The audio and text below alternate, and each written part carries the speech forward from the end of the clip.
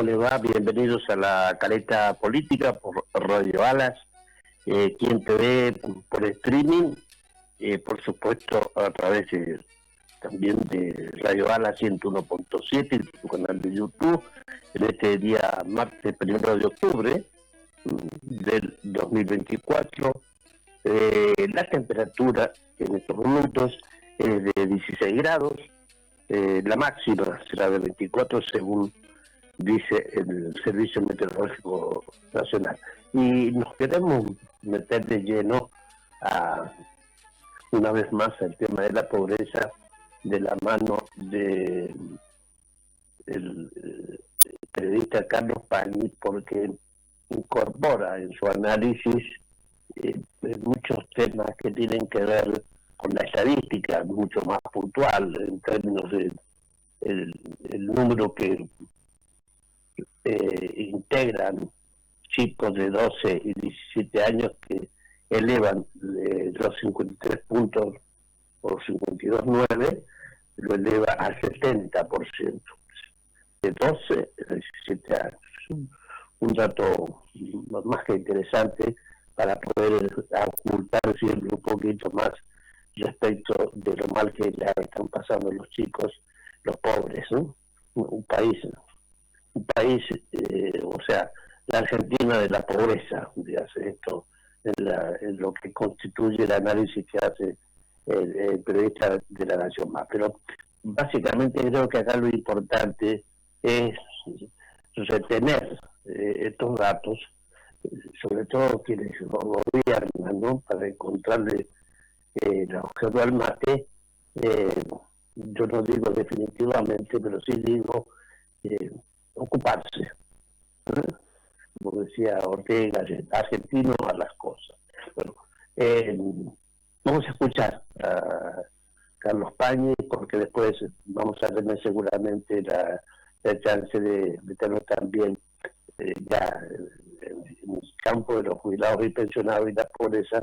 Vamos a ver si podemos conversar en la mañana de hoy con el defensor de la tercera edad, el doctor Eugenio Semino. Ahora, Carlos Pañi y su editorial. Muy buenas noches, bienvenidos a Odisea. El tema que domina la política, que domina la vida pública en estos días, es el encuentro de los argentinos con números dolorosos respecto de la situación social. Hay un cambio social que se viene produciendo en la Argentina en cámara lenta desde hace décadas, un deterioro de la situación laboral, de la situación económica de muchísima gente. Este ya no es un país con pobres, como cualquier otro país, sino que en el centro de la vida pública se ha instalado como un fenómeno orgánico, sistemático, la pobreza. Es un país con pobreza, es un país pobre. Los últimos números que conocimos son los números del INDEC, los estamos viendo acá. El 53% de los argentinos se encuentra en situación de pobreza, y este es un dato que siempre vuelve y es muy importante porque nos habla del futuro, es decir, nos plantea la posibilidad de que esto se mantenga en el tiempo. ¿Por qué? Porque en el conurbano bonaerense los menores de entre 12 y 17 años, ya ahí la pobreza se eleva al 70%. Vamos a comentar un trabajo que lo hace el CIAS. El CIAS es el Centro de Investigación y Acción Social que preside el jesuita Rodrigo Sarazaga.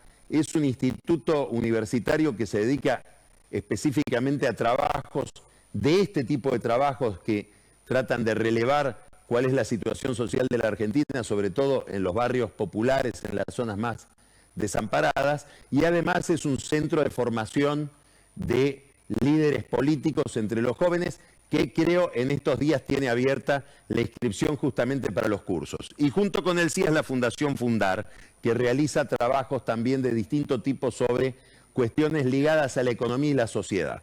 Bueno, Estos son los dos primeros datos, después nos vamos a sumergir en datos más específicos para ir teniendo una radiografía de este mapa de la pobreza en la Argentina que determina muchísimo la cuestión electoral, determina muchísimo el comportamiento del gobierno y de la oposición, como vamos a ver después. No son números lineales, son números que tienen relieve, es decir, que plantean determinados problemas políticos.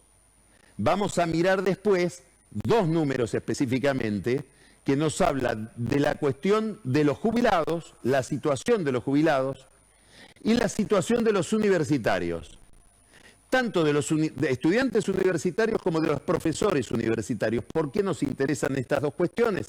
Porque son dos cuestiones que están en el centro del debate legislativo, la posibilidad de que el presidente vete, como vetó lo de los jubilados, una manifestación, una movilización alrededor de nuevo de la crisis económica que atraviesan las universidades para este miércoles. Hoy tenemos un invitado muy interesante, uno de los políticos mejor formados de la Argentina, que es Jesús Rodríguez, al que lo vamos a llevar. No hace falta aclarar que él es radical y por lo tanto alguien especialmente sensible a la vida universitaria. Le vamos a preguntar por este tema de las universidades, entre otras muchas cuestiones. Los números de pobreza hay que saber mirarlos además. ¿Por qué? Porque cuando vemos estos números, 53% de los argentinos se encuentran en situación de pobreza. ¿De qué pobreza estamos hablando? ¿Cómo se mide esa pobreza? Bueno, lo que mide el INDEC es los ingresos de las familias contra una canasta básica de bienes.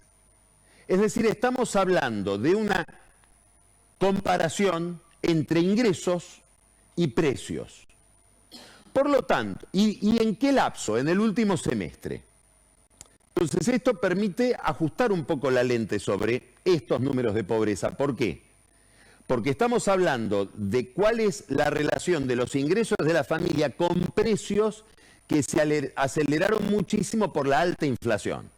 No nos olvidemos que en diciembre tuvimos una inflación del 25% mensual. Y son números del semestre. Es decir, que incorporan números de una inflación muy alta que después ha ido descendiendo.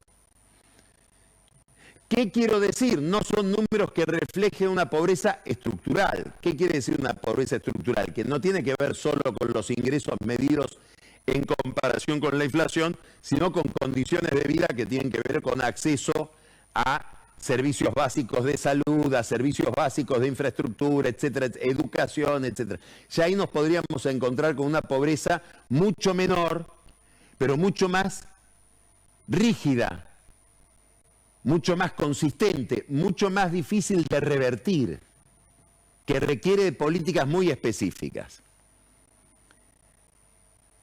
Estos números de pobreza, estos números sociales, obviamente la oposición se los imputa al gobierno. Y uno debería decir, bueno, sí, el gobierno puede... Ahora vamos a ver qué mira el gobierno en estos números y qué respuesta le da.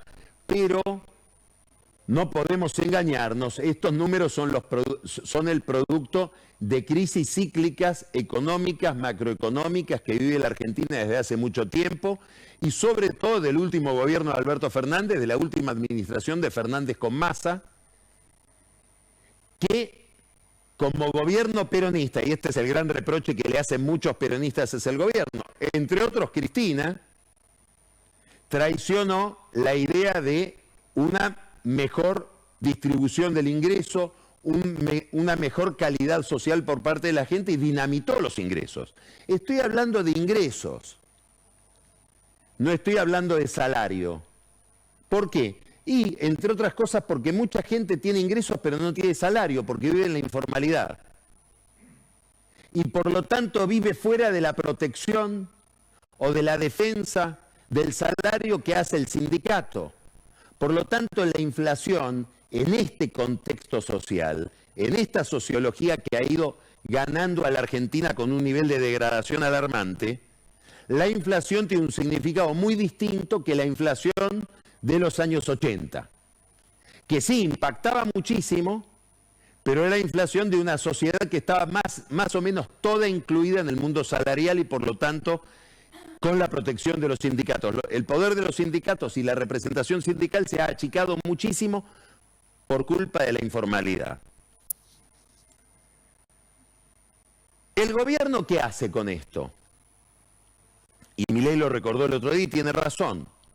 Ha habido, cuando uno mira los números fiscales, ha habido una contracción brutal del gasto público, después lo vamos a ver en algunos de los rubros, por ejemplo universidades, pero un incremento de las prestaciones sociales, de las transferencias de ingresos directas, las que no pasan por un plan social más o menos intermediado por piqueteros o movimientos sociales, sino las que van al bolsillo de aquel que necesita esa prestación.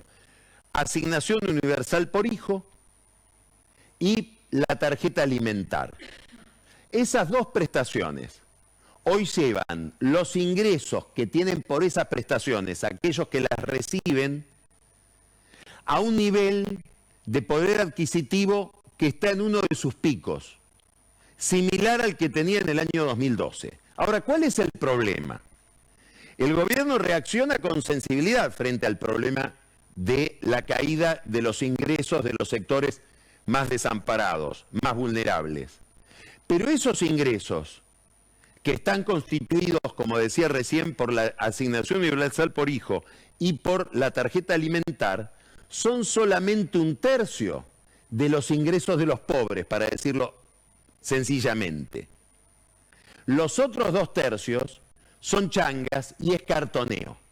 Y eso se ha reducido enormemente. ¿Qué quiero decir entonces? Que con las prestaciones del Estado no se alcanza a cubrir la caída de ingresos que tuvieron los sectores más vulnerables, más castigados.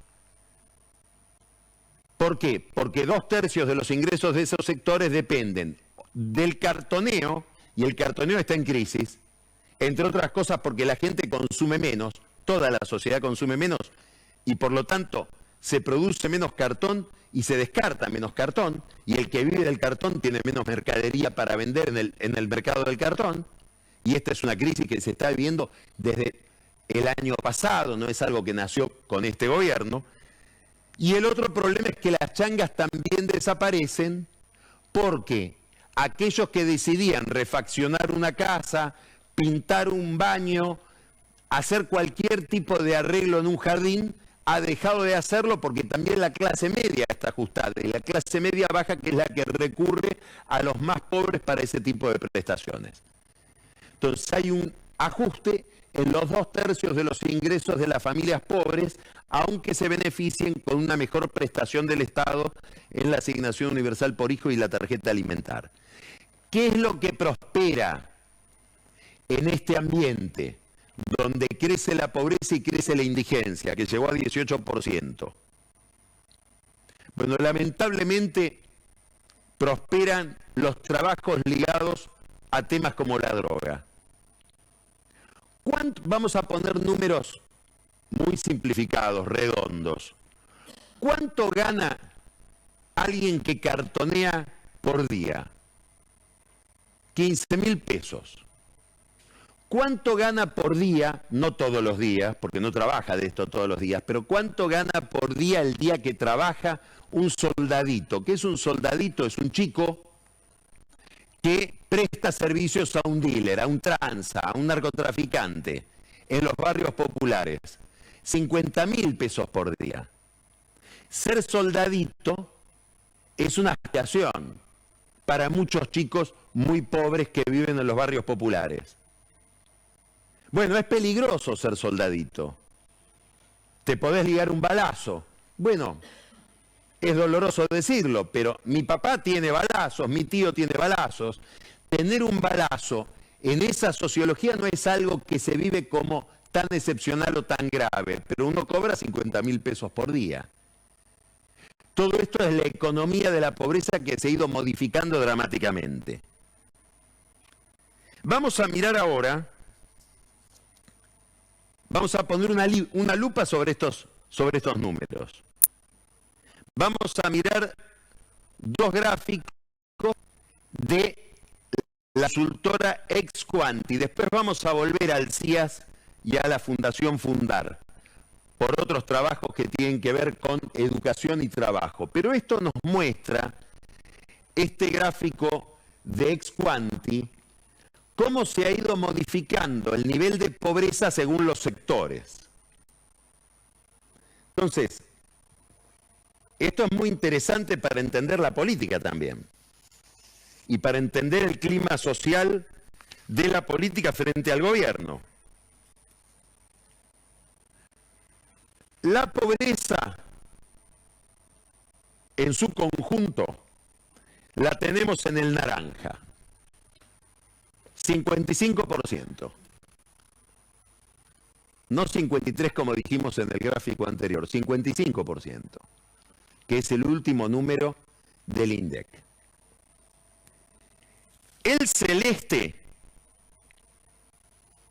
la línea celeste, 70,6%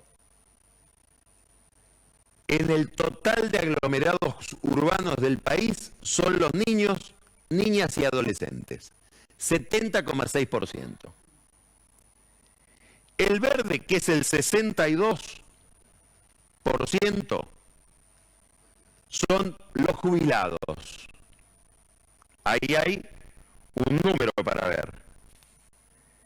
Hay un dato que tiene que ver con todo lo que estamos discutiendo en los últimos tiempos respecto de la situación de los jubilados. Ahora, miren el 48,5%, que es la línea turquesa.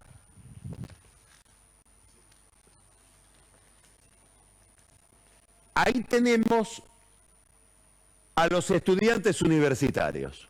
¿Les suena? Entonces tenemos, perdón, acá cometí un error. 62% son los jóvenes pobres, 48,5%, no los adolescentes y niños, 48,5% son los universitarios. Eso es lo que creció la pobreza. Esta es la curva en la que creció la pobreza desde el segundo semestre del año pasado y el primer semestre de este año, y el 35,7% es el aumento de la pobreza entre los jubilados pobres. Entonces acá tenemos los distintos niveles de sensibilidad social frente a un problema general que es el 55% de aumento de la pobreza. Y tenemos dos sectores que son los jóvenes y los niños y adolescentes que están muy por encima del promedio. Bueno, el tema jubilados está ahí en 35,7 y los estudiantes pobres, universitarios pobres, 48,5. Esto puede estar explicando el grado de sensibilidad que hoy tiene la comunidad universitaria respecto del gobierno de Milei, al que identifica con un ajuste. Ahora, esto que estamos viendo ahora, lo anterior que vimos es el último trimestre contra el primer trimestre. El último semestre contra el primer semestre de este año. Los primeros 6 meses contra los últimos 6 meses del año pasado. Esto es interanual. Es lo que aumentó la pobreza entre el primer trimestre de este año y el primer trimestre del año pasado, en un año.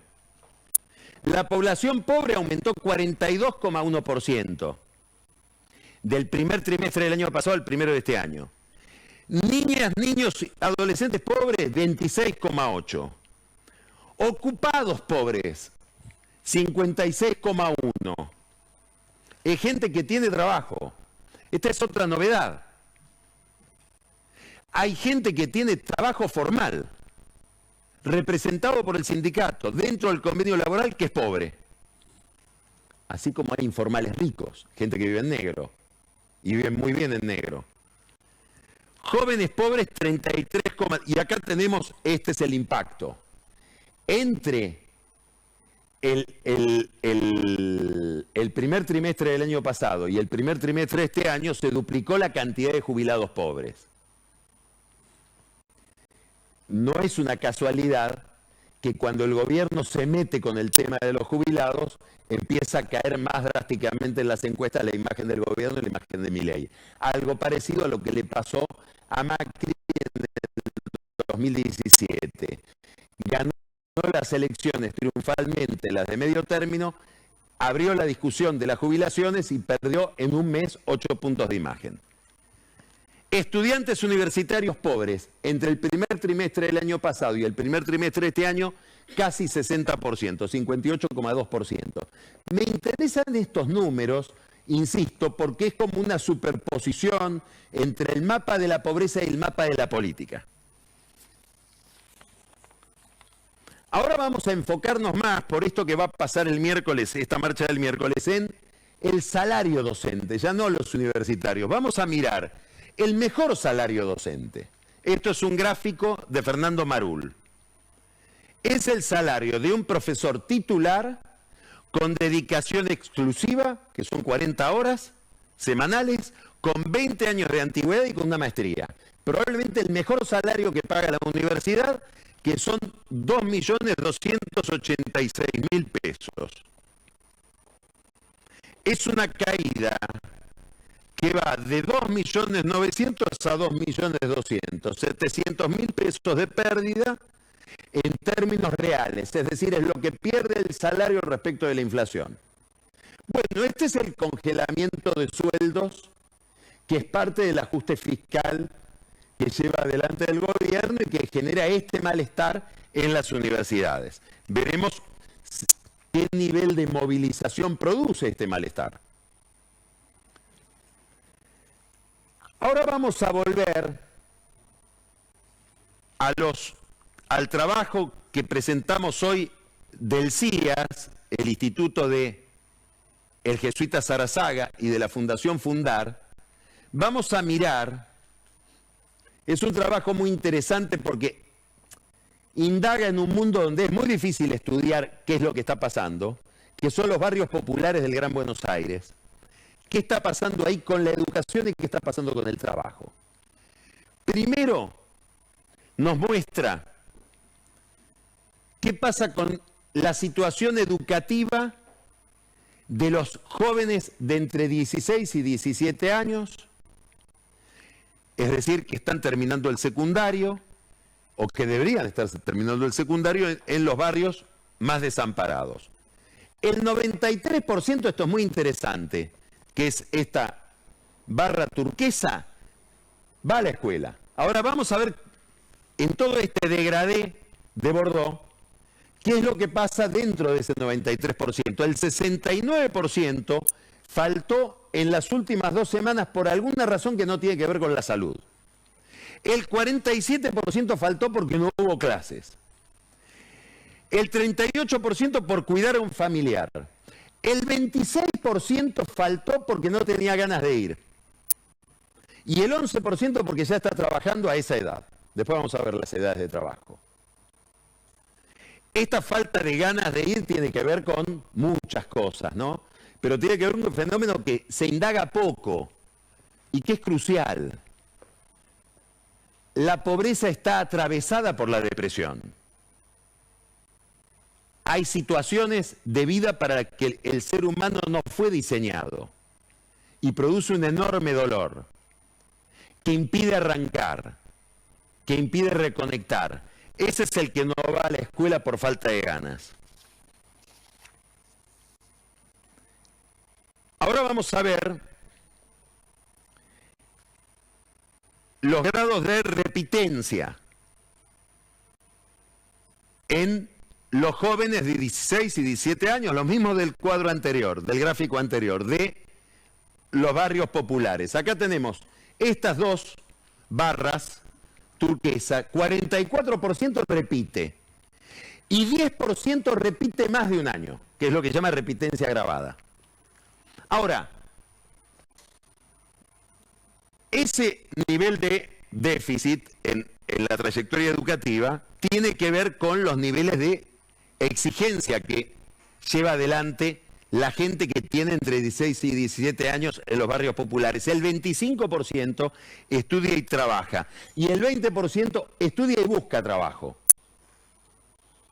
Pero es muy difícil para muchos chicos, para muchos jóvenes, adolescentes, enfocarse exclusivamente en el estudio por las condiciones de vida en las que desarrollan su existencia.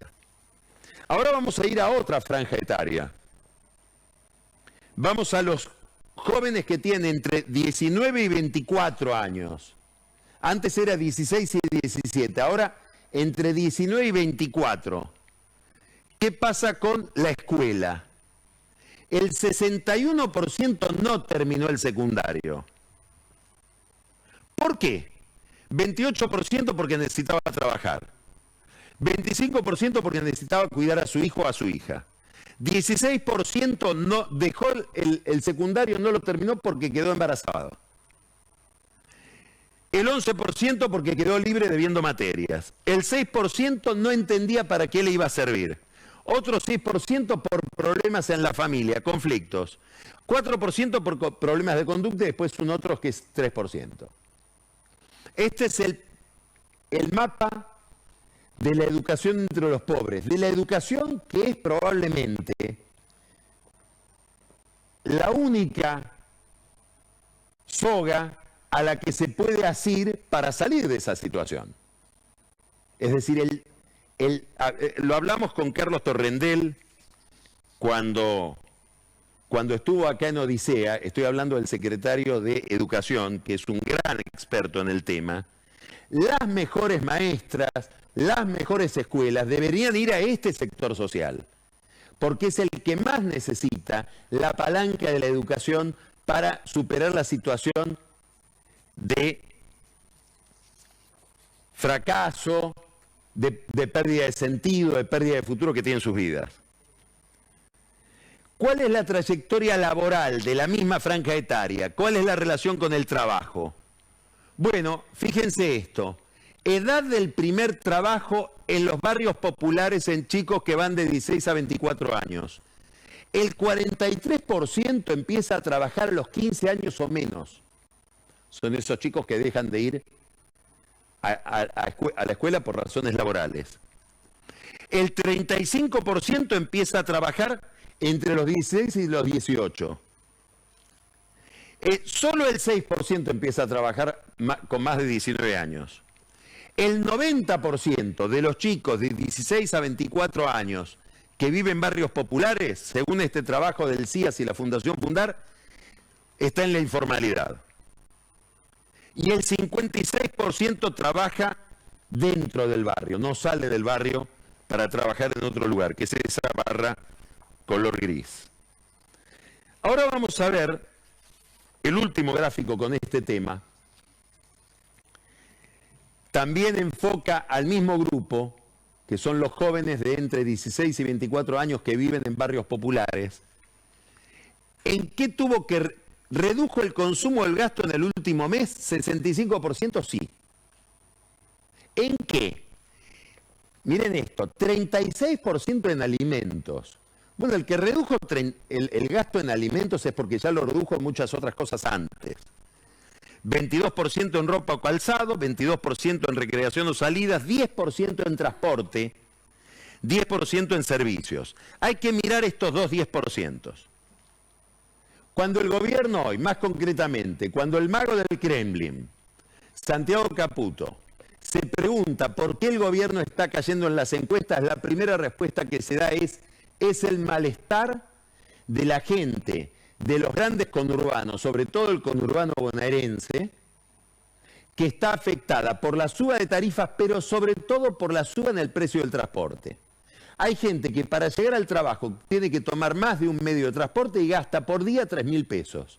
Esa gente probablemente hoy está buscando otro trabajo, tal vez de peor calidad, para no tener que gastar tanto en la llegada al trabajo.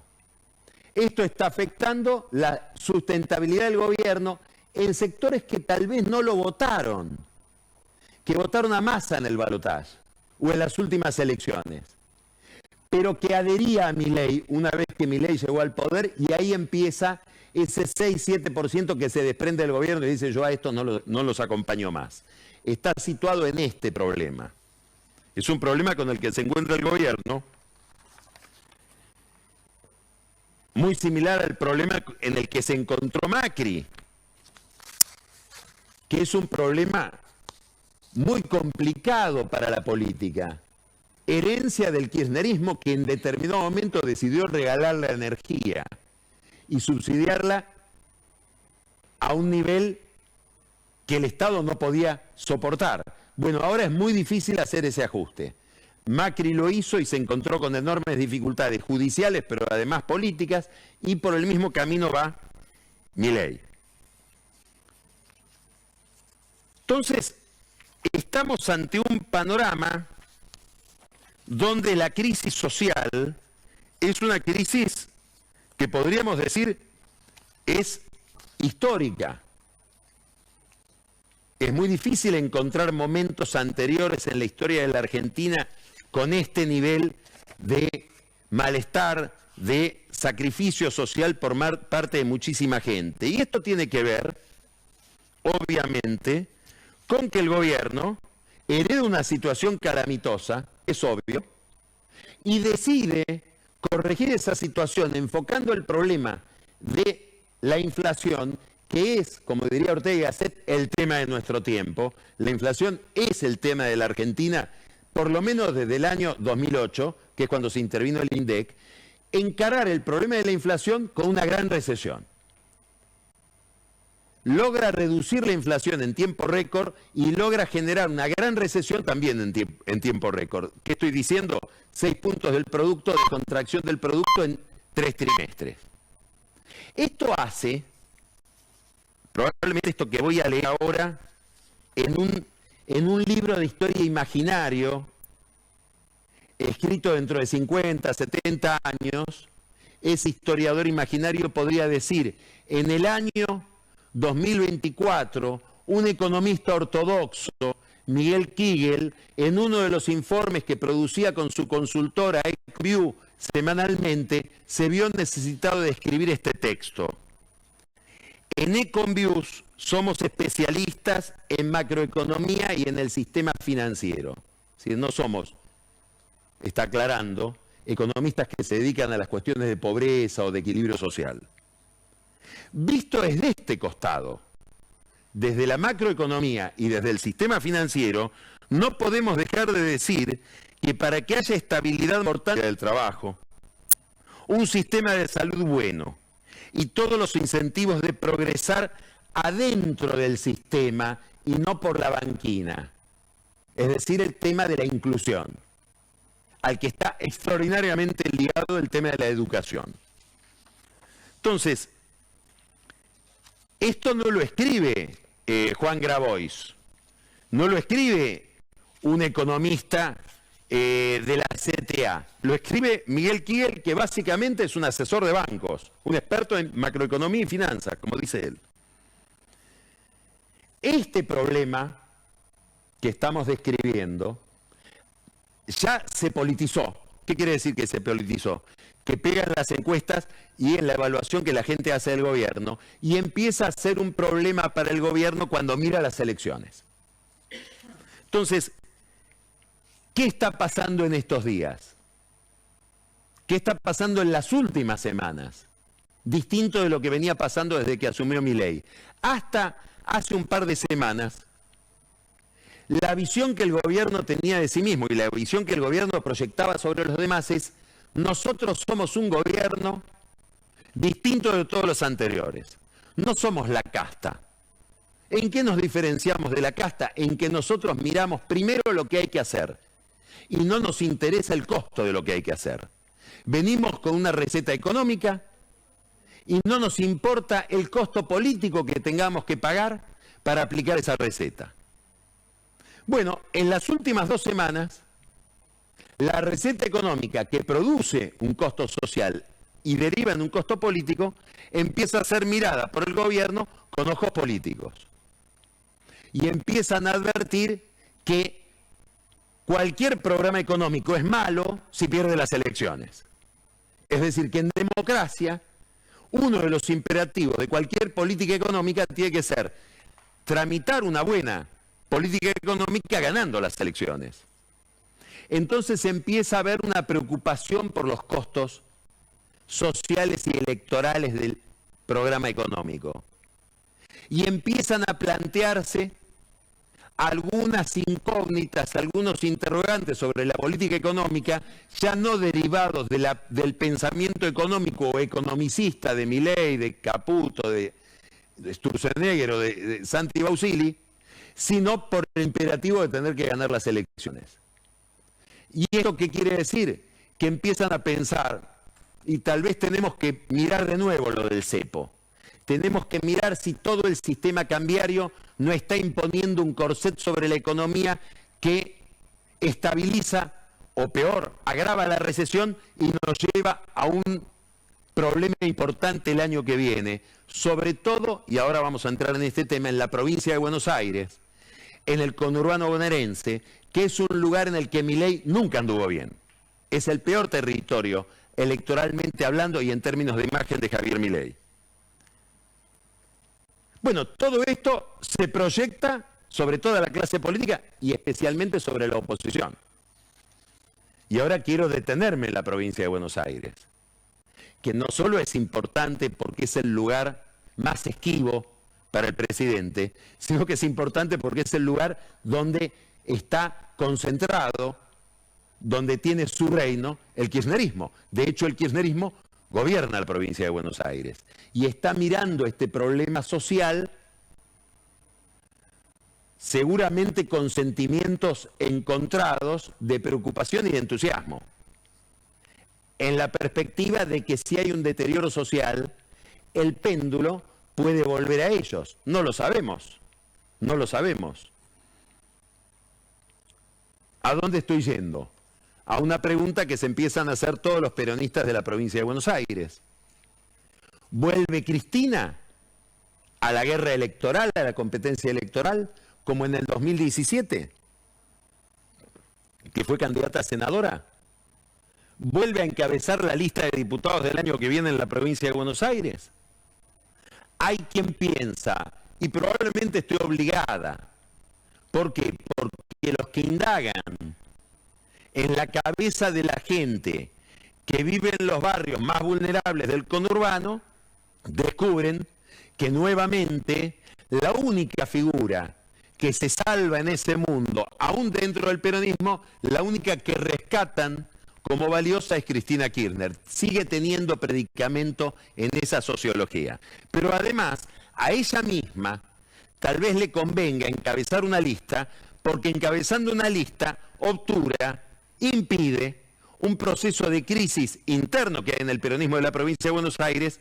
¿Por qué? Porque Axel Kicillof y el grupo que rodea a Axel Kicillof, con el Cuervo Larroque a la cabeza, se han planteado como estrategia no desafiar a Cristina, pero sí iniciar o amagar con algún movimiento de renovación que desafía a Máximo Kirchner y a la Cámpora, que son Cristina.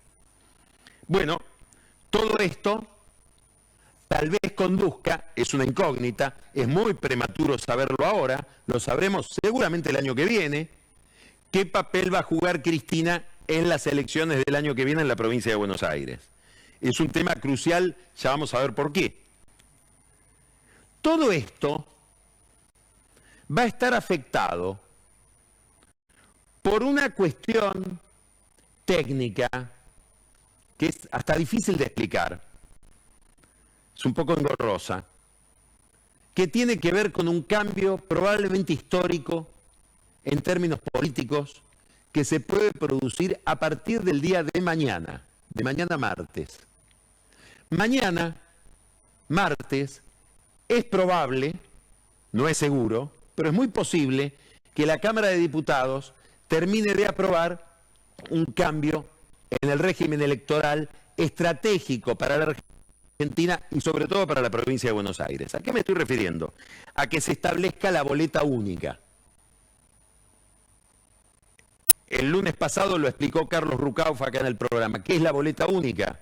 En vez de haber en el cuarto oscuro uno ir y encontrarse con la lista sábana de cada partido, se encontraría con una sola boleta donde están todos los partidos y todos los candidatos de ese partido y uno tiene que marcar.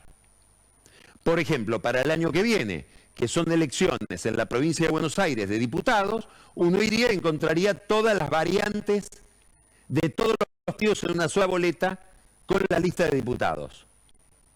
¿Qué iría? Y a esto quiero ir, porque se ha hablado mucho de la boleta única y se habla como una mejora en el sistema de fiscalización, una mejora para transparentar el sistema electoral. Es verdad, pero tiene otra consecuencia, probablemente mucho más importante. Usted va a ir, supongamos que usted vive en la provincia de Buenos Aires, al cuarto oscuro, y va a encontrar una urna, un sistema electoral para la elección de diputados nacionales y el viejo sistema electoral de la lista sábana para la elección provincial. Quiere decir que la estrella de la lista de diputados, pongamos el caso de Cristina, imaginemos hipotéticamente, algo que no sabemos si será así, que ella encabeza la lista de diputados del peronismo del año que viene. No va a estar enganchada a la lista, por ejemplo, de concejales de La Matanza, o a la lista de diputados o de senadores de la tercera sección electoral. Se desengancha la elección provincial de la elección nacional. Imaginemos 2 años después, se desengancha la elección de gobernador de la elección de presidente. Es un cambio revolucionario que le empieza a dar un poder extraordinario a los intendentes. Porque ahora la lista provincial, la lista que determina cómo se arma, o la elección que determina cómo se arma la legislatura bonaerense, o cómo se arman los consejos deliberantes en cada partido, la va a traccionar el poder que tenga el intendente. Ya no la figura del Partido Nacional, que va a estar en otra boleta, que es la boleta única de diputados nacionales. Entonces hay un cambio importantísimo en la estructura de los partidos y en la competitividad electoral de los partidos. Quiere decir que la figura nacional empieza a pesar menos.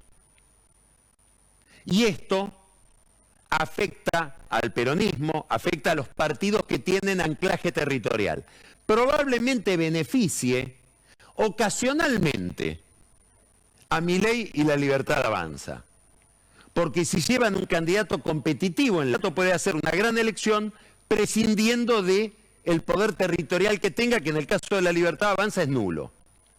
Ahora, si yo soy Milei y pongo a pensar cómo armar una estructura política en la provincia de Buenos Aires, con intendentes, concejales, este sistema me perjudica. Porque es muy difícil poner un intendente o desplazar un intendente ya establecido en una ciudad si yo no vengo con una gran figura nacional. Si está desenganchado lo nacional de lo local, los intendentes van a ser eternamente del partido que hoy los identifica, por decir una exageración. Es otro juego político. Es un cambio que habrá que ir analizando con el tiempo, porque es un cambio estructural en la política argentina y sobre todo en la política bonaerense. Si, supongamos, Máximo Kirchner, estoy imaginando algo que seguramente nunca pasaría, va a un determinado distrito donde hay un intendente, Echeverría, Fernando Grey, enfrentado a la Cámpora. Él podría ir hoy a decir, mirá, yo voy a implantar acá un candidato a intendente que te va a desplazar a vos porque va a ir en la boleta de mi mamá y vos no vas a ir en la boleta de mi mamá. Esa posibilidad de extorsión se termina con este nuevo régimen electoral. Porque ya quien sea el candidato nacional no influye en la situación local. Todo sistema electoral, ningún sistema electoral es inocente, todo sistema electoral tiene un sesgo.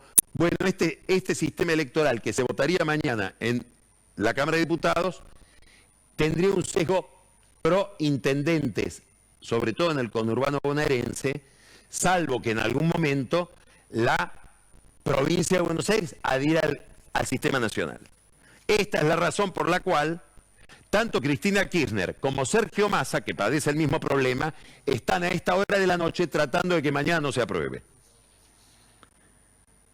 Todo esto no se encuentra en el momento en que Milei intenta armar un partido, que es lo que vimos el otro día en Parque Lezama, con un discurso muy agresivo, porque Milei es un hombre agresivo y porque Santiago Caputo, que lo instruye, le dice, mira, acá la movilización política se produce a través del odio, contra los medios de comunicación, los periodistas ensobrados, los econochantas que pronostican cuestiones, futuros económicos que son distintos de los que ve el gobierno, la casta en general.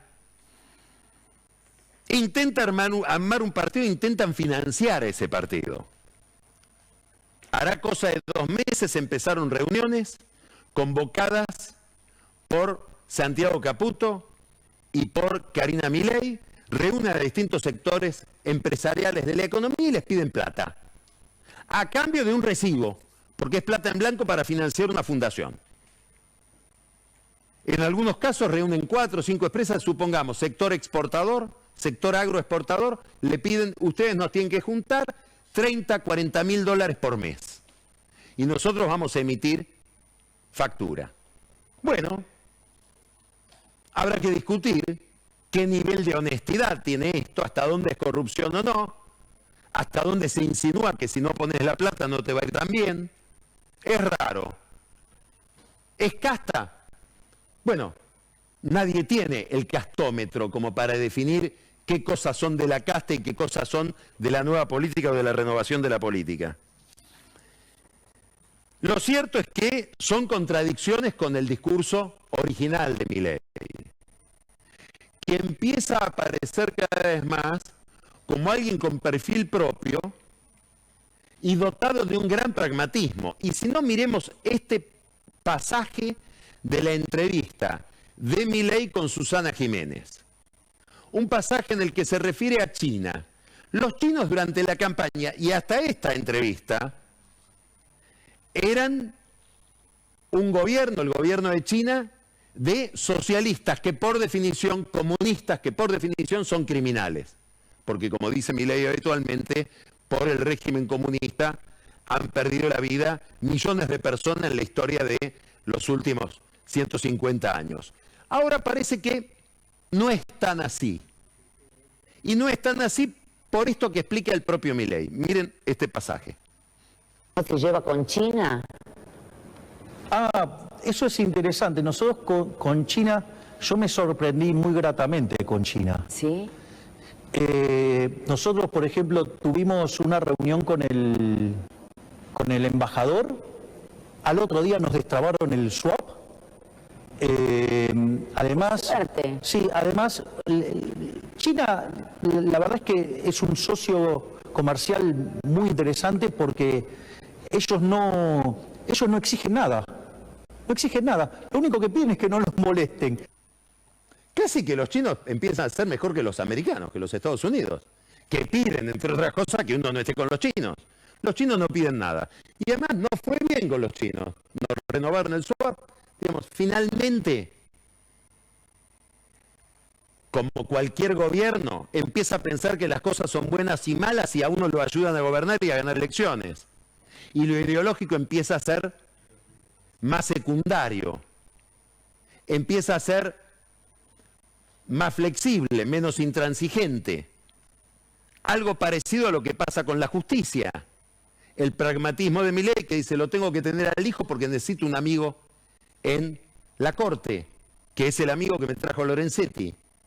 A propósito de esto, la Cámara de Casación promete condenar a Cristina, ratificar la condena de Cristina que le aplicó el Tribunal Oral, salvo en el caso del juez Gustavo Hornos, que la agravaría.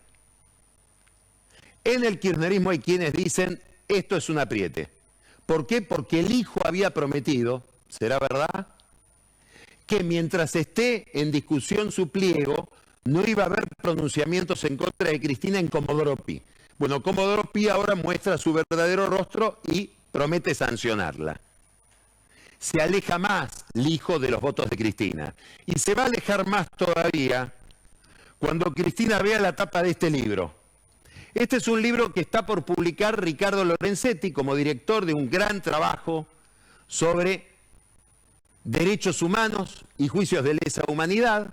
Se llama La visión de la magistratura, o por lo menos la visión de un sector de la magistratura, de los jueces.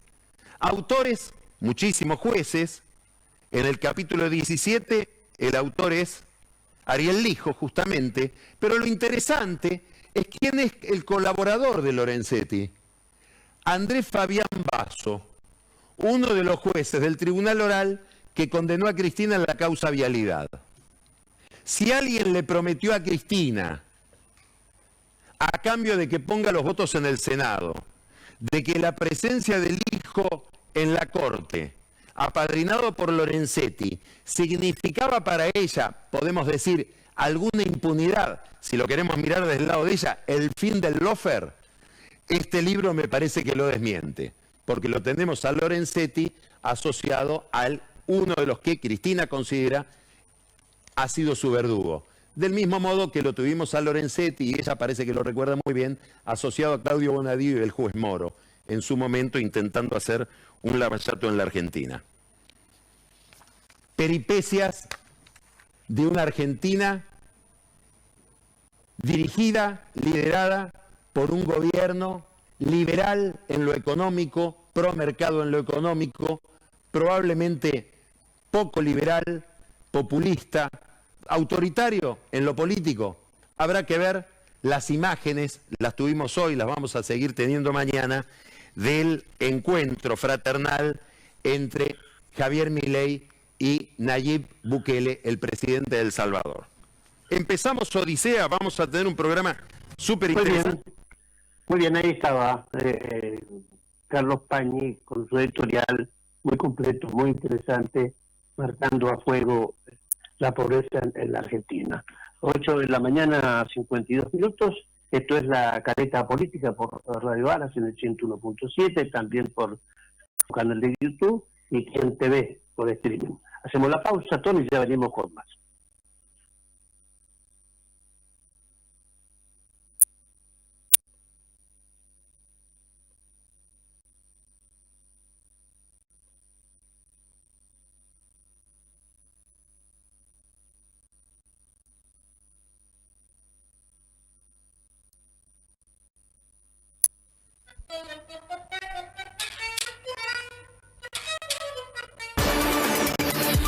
La Careta Política. Información de verdad por Radio Alas. Con la conducción de Carlos Castro Espinosa.